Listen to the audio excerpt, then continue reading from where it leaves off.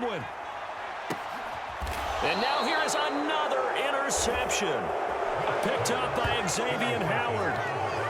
Boy, they get him yet again, Charles. 5 interceptions in this game. You rarely see this, maybe a couple of times in a season, but this defense, they've been fantastic. It's certainly an example of watching a defense that is in the zone, right? We use that term so often, but most of the time, it's for people who are on offense. In this case, it's a defense as a whole, all locked in with each other, all ready to go. Tackle by Darrell Taylor. The run only got a yard. Here's 2nd and 9. Tua sets up to pass it. And going deep for Hill. It's caught inside the 25. And they're going to get this down inside the 20. But one thing's for sure, they're going to have to come up with something at halftime because he is absolutely roasting them right now. They're going to go through the whole litany of things, changing coverages, what are we going to do to put a man on him? The big thing to me is treat it like a good pitcher treats pitching a game. Change your timing, change your location. So sometimes you're up on him, sometimes you're back. Just change up the looks that he sees and make him just a little bit more hesitant. So now 2nd and 10 after the incompletion on 1st down. Tagovailoa working out of the gun. And that'll be incomplete. Took a pretty good shot as he tried to pull that one in. Couldn't hang on 3rd down. That play call wasn't there for them against that coverage. So they're going to spin the dial now in their playbook and come up with one more shot at the marker to try and keep this series going. Throwing is Tagovailoa on 3rd down here. And able to find Gesicki as tight end. And the Dolphins are going to have 1st and goal as they try to finish off this drive with 6 points. And in a lot of ways, that catch is expected. Red zone presence, and that one was realized there. You've got to find your tight end in that situation. Here's Mostert. And he'll take this into the end zone for a Dolphins touchdown. Raheem Mostert, a 6-yard touchdown run. And they are able to add on to their advantage. Now the Seahawks going to use the first of their timeouts. They'll have 2 remaining as we step aside here in this 2nd quarter. A strong, determined run there, Charles, to get in for 6 points. This is why it's such a team game, isn't it? And I know that sounds really generic and it sounds almost trite, but the blocks were made up front, offensive line, collective victory at the line of scrimmage and downfield. And how about the finish to the run all the way into the end zone? Now after the touchdown, ready to kick it away is Sanders. Taken at the goal line. And he'll be out of bounds across the 25.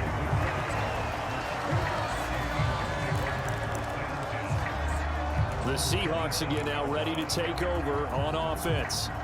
They're sort of seeing themselves spiral out of control. Let's see if they can get things back on track. And this is where the coach is walking that line of being calm and really being firm with his team. I had one tell me once, when we were having a tough patch, this too shall pass, this too shall pass. And finally we kept having a rough patch. He said, but you got to do something Heads up. to make it pass. And my goodness, another interception. And the Dolphins are going to take possession of the football. Well, all I can do up here is just shake my head. I mean, 6 interceptions. I cannot imagine what he's thinking between the ears right now. Well, just think of how it is for his teammates, because after the first few, they're going over to him, hey, we'll get them next time. Now they're probably... And it'll be intercepted. Picked off by Jamal Adams. And the Seahawks are going to take possession here. It's a touchback, and they'll take over at the 20-yard line. Here's the Seattle offense ready to get this drive underway. And they've sort of lost. And now here is another interception. And the Dolphins are going to take possession of the football.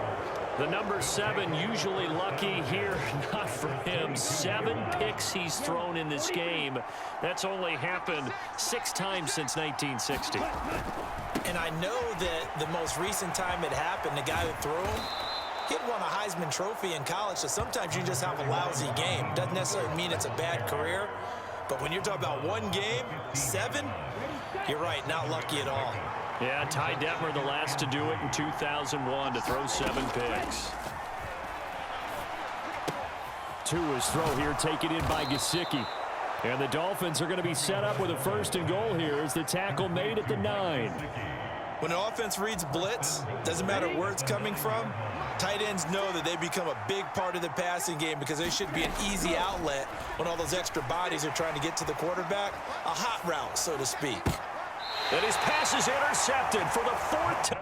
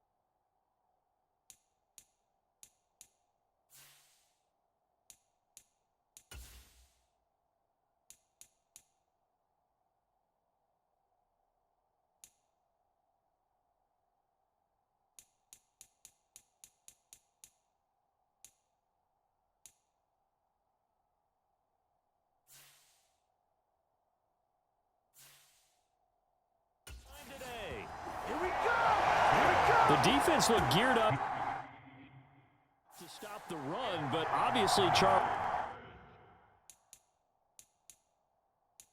they were ready for the pass too. Yeah, they were hoping they could catch everyone crashing and playing the run, but that...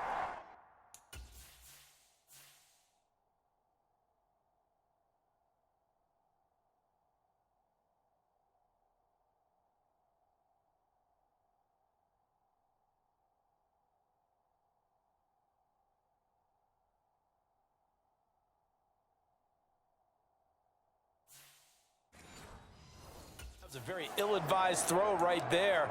The opportunity lost. Here we go. Cougar 19. After the interception, here's Smith.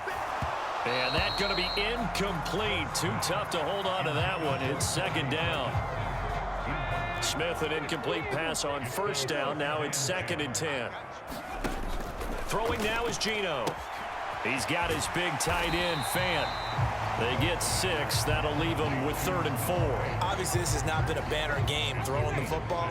So what you got to do, you got to kind of down focus, don't you think? Find the tight end, take some easier completions. Yeah, interception last drive. There he hits the reliable target. And he is going to have a Seahawks 1st down as they're able to get the 3rd down conversion. So a little breathing room now. 1st and 10 at the 17. Here's Smith. And that is incomplete. Oh, the coverage a little too good there, and it's 2nd down. An incomplete pass on 1st down. That leads to a 2nd and 10. Geno now to throw. And this throw incomplete. Now the defender all over him that time, but it's going to lead to 3rd down. This offense so far on 3rd down, a perfect 3 for 3 as they look to keep that streak going. This is 3rd and 10. And my goodness, another interception. Picked off by Eric Rowe. And they'll take possession already in the red zone and in a great spot to add points to the scoreboard. And Brandon, how many times have we seen a defense with a lot of field behind them get even more aggressive, right? They feel like they've got them not pinned down, but in a favorable spot for them.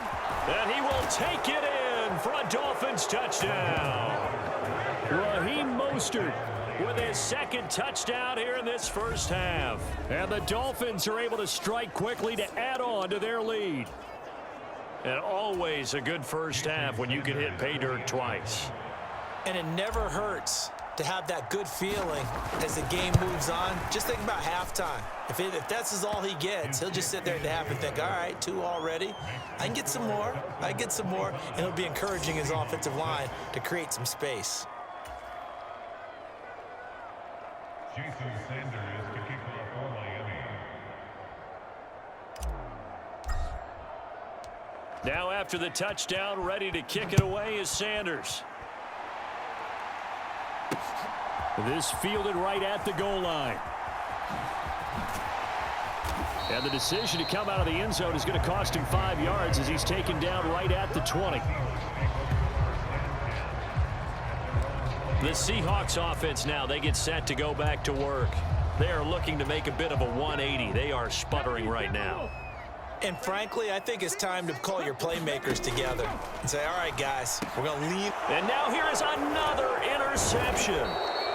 Picked off by Jerome Baker. And the Dolphins are going to take possession of the football. Boy, Charles, that is now 3 interceptions in 3 consecutive drives. And you can see he's just got a look of disgust and bad body language, understandably, as he walks off the field. And I think it comes from the fact that he's not sure what he sees down the field, Brandon. I don't know if he's seeing ghosts. I don't know if he just can't read defenses. I'm not sure what it is, but that's why. And my goodness, another interception. And the Seahawks force the turnover. They'll take over at the 10. Charles, not only is that an interception, it's one when you were really knocking on the door for a touchdown inside the red zone. You're actually thinking points. No matter what, at worst, you're thinking kicking a field goal and getting 3. We might look back on this in the second half. Now a diving catch made just beyond the line of scrimmage. So 5 yards here, 5 on the play, and it'll be second down. And we've hit the 2-minute mark in this first half of action. Ball at the 14 for 2nd and 5. Now Geno. And now here is another interception. Picked off by Eric Rowe. And the Dolphins are going to take possession of the football. It certainly feels like this defensive group has figured this guy out to the tune of a big lead in this one. And you know that he's frustrated with how this game has gone. And now with back-to-back interceptions, he's got to find a way to get out of his own head and start making better plays. The attempt on the dive, and he has it. What a catch. Tua now on first down. And he'll be hit as he releases it, and that'll fall incomplete. Really good coverage all over the field that took away his intended read and almost dared him to try for his guy out of the backfield. No surprise on that one. It doesn't connect. On 2nd and 10, Tua. Throw left side here, complete to the tight end, Gesicki. And out of bounds right around the 20. 9 yards, not quite enough, and they'll be left now with 3rd and 1. Let's not quibble about the gain there on 2nd down. That was a positive play because that was a take-what-you-can-get situation. Got out to the tight end. Now it gives them much better opportunity to convert on 3rd down. 3rd and 1, and Tua wants to throw it. Got a man, it's Waddle, complete. Touchdown. Dolphins.